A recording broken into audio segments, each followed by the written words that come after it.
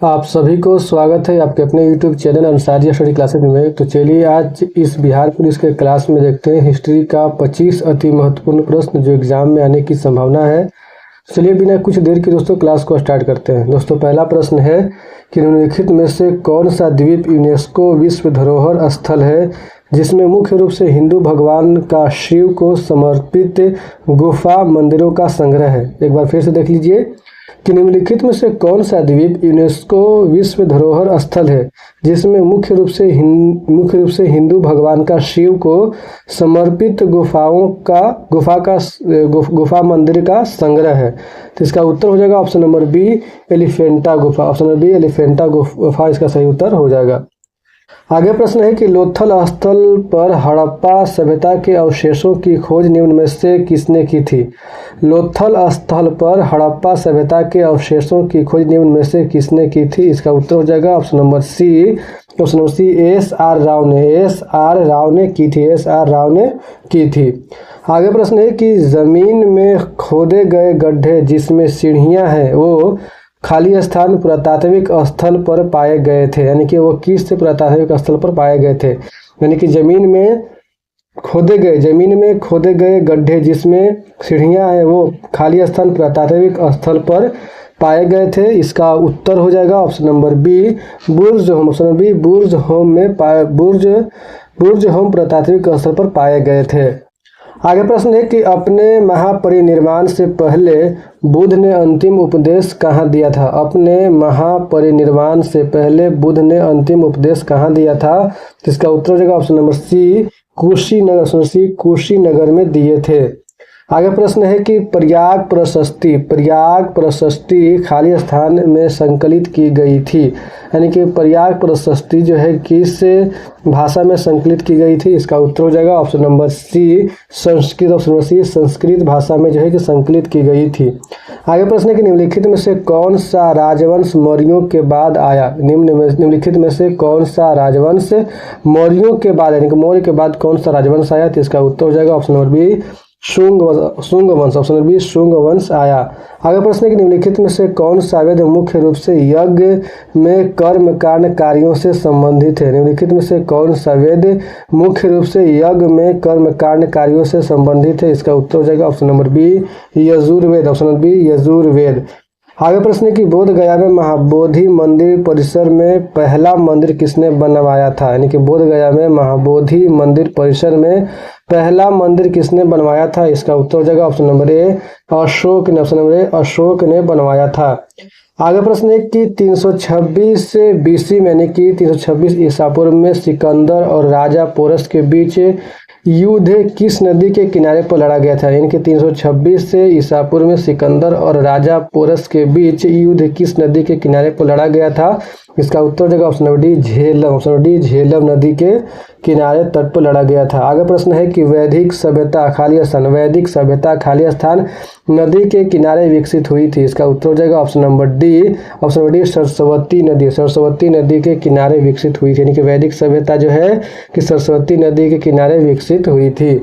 आगे प्रश्न है कि राजा हर्षवर्धन ने ज्ञान का एक बड़ा केंद्र स्थापित किया जिसे खाली स्थान में भद्र विहार कहा जाता था। यानी कि राजा हर्षवर्धन ने ज्ञान का एक बड़ा केंद्र स्थापित किया जिसे खाली स्थान में भद्र विहार कहा जाता था। इसका उत्तर हो जाएगा option number C Kannauj. Option number C Kannauj में जो है कि उसे भद्र विहार कहा जाता था। ऑप्शन नंबर सी इसका सही उत्तर हो जाएगा। आगे प्रश्न है कि पाल राजवंश का पहला राजा कौन था। इसका उत्तर हो जाएगा ऑप्शन नंबर ए गोपाल थे। ऑप्शन नंबर ए गोपाल थे। पाल वंश के संस्थापक भी यही थे, गोपाल। आगे प्रश्न है कि ऐहोल शिलालेख निम्नलिखित में से किस शासक के साथ जुड़ा हुआ है।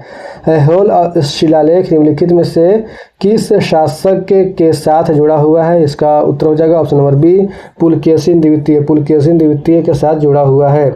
आगे प्रश्न है कि चोल राजा मंदिर निर्माण के लिए जाने जाते हैं जिन्होंने तंजावुर में खाली स्थान मंदिर का निर्माण किया था। तंजावुर में कौन से मंदिर का निर्माण किया था। तो इसका उत्तर हो जाएगा ऑप्शन नंबर बी बृहदेश्वर मंदिर का निर्माण किया था। आगे प्रश्न है कि कौटिल्य के अर्थशास्त्र ने हमें खाली स्थान शासन के बारे में जानकारी दी। इसका उत्तर हो जाएगा ऑप्शन नंबर डी मौर्य, यानी कौटिल्य के अर्थशास्त्र ने हमें मौर्य शासन के बारे में जानकारी दी, तो ऑप्शन नंबर डी इसका सही उत्तर हो जाएगा। आगे प्रश्न है कि उपनिषदों में प्रयुक्त भाषा खाली स्थान है। उपनिषदों में प्रयुक्त भाषा खाली स्थान है, इसका उत्तर हो जाएगा ऑप्शन नंबर सी संस्कृत भाषा है, यानी कि उपनिषदों में प्रयुक्त भाषा संस्कृत है। उपयुक्त भाषा क्या है? संस्कृत है, ऑप्शन नंबर सी इसका सही उत्तर हो जाएगा। आगे प्रश्न है कि बौद्ध धर्म में आचरण के नियम जो खाली स्थान को ध्यान में रखते हैं उन्हें पंचशील के रूप में जाना जाता है, यानी कि बौद्ध धर्म में आचरण के नियम जो खाली स्थान को ध्यान में रखते हैं उन्हें पंचशील के रूप में जाना जाता है। इसका उत्तर हो जाएगा ऑप्शन नंबर ए अष्टांगिक मार्ग के रूप में जाना जाता है, ऑप्शन नंबर ए इसका सही उत्तर हो जाएगा। आगे प्रश्न है कि खाली स्थान हर्षवर्धन ने दरबारी कवि थे, यानी खाली स्थान हर्षवर्धन के दरबारी कवि थे, यानी कि हर्षवर्धन के दरबारी कवि कौन थे? इसका उत्तर हो जाएगा option number D one Bhatt थे। आगे प्रश्न है कि उड़ीसा के उदयगिरी से हाथी गुम्फा शिलालेख कलिंग के राजा खाली स्थान ने लिखा था।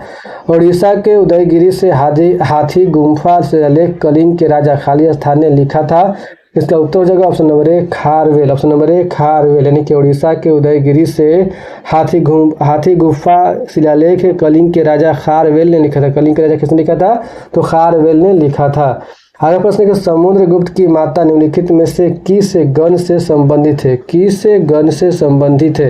यानी कि समुद्रगुप्त की माता निम्नलिखित में से किस वन से संबंधित है, तो इसका जो है कि उत्तर हो जाएगा option number A Licchavi, option number Licchavi गणराज से संबंधित। किस गणराज्य यहाँ पे है? गण लिखा तो गण के बाद फुल स्टॉप यहाँ पे होगा, यहाँ के यहाँ बिंदु होगा, तो उसे आप समझिए कि गणराज्य, यानी कि प्रश्न ये कहता है कि समुद्रगुप्त की माता निम्नलिखित में से किस गणराज्य से संबंधित है? किस गणराज्य से किस वंश से बात एक ही है, तो इसका उत्तर देगा ऑप्शन नंबर लिच्छवी गणराज्य से संबंधित थी, ऑप्शन नंबर इसका सही उत्तर हो जाएगा। आगे प्रश्न है कि नागभट्ट निम्नलिखित में से किस राजवंश के राजा थे? नागभट्ट निम्नलिखित में से किस राजवंश के राजा थे? इसका उत्तर हो जाएगा ऑप्शन नंबर बी प्रतिहार, नागभट्ट निम्नलिखित में से किस राजवंश के राजा थे? तो प्रतिहार राजवंश के राजा थे, ऑप्शन नंबर बी इसका सही उत्तर हो जाएगा। आगे प्रश्न है कि वैदिक गणित का सबसे महत्वपूर्ण ग्रंथ है। वैदिक गणित का सबसे महत्वपूर्ण गणित है, इसका उत्तर हो जाएगा ऑप्शन नंबर सी शूल सूत्र, ऑप्शन नंबर सी शूल सूत्र। आगे प्रश्न है कि भारत के राज्य प्रतीक में सत्यमेव जयते शब्द कहाँ से लिए गए थे? यानी कि भारत के राज्य प्रतीक में सत्यमेव जयते शब्द कहाँ से लिए गए थे? इसका उत्तर हो जाएगा ऑप्शन नंबर ए उपनिषदों से लिए गए थे। आगे प्रश्न है कि वैदिक लोगों ने सर्वप्रथम किस धातु का प्रयोग किया था? वैदिक लोगों ने सर्वप्रथम किस धातु का प्रयोग किया था? इसका उत्तर हो जाएगा ऑप्शन नंबर डी तांबा का, यानी कि वैदिक लोगों ने सर्वप्रथम किस धातु का प्रयोग किया था? तो तांबा का प्रयोग किया था।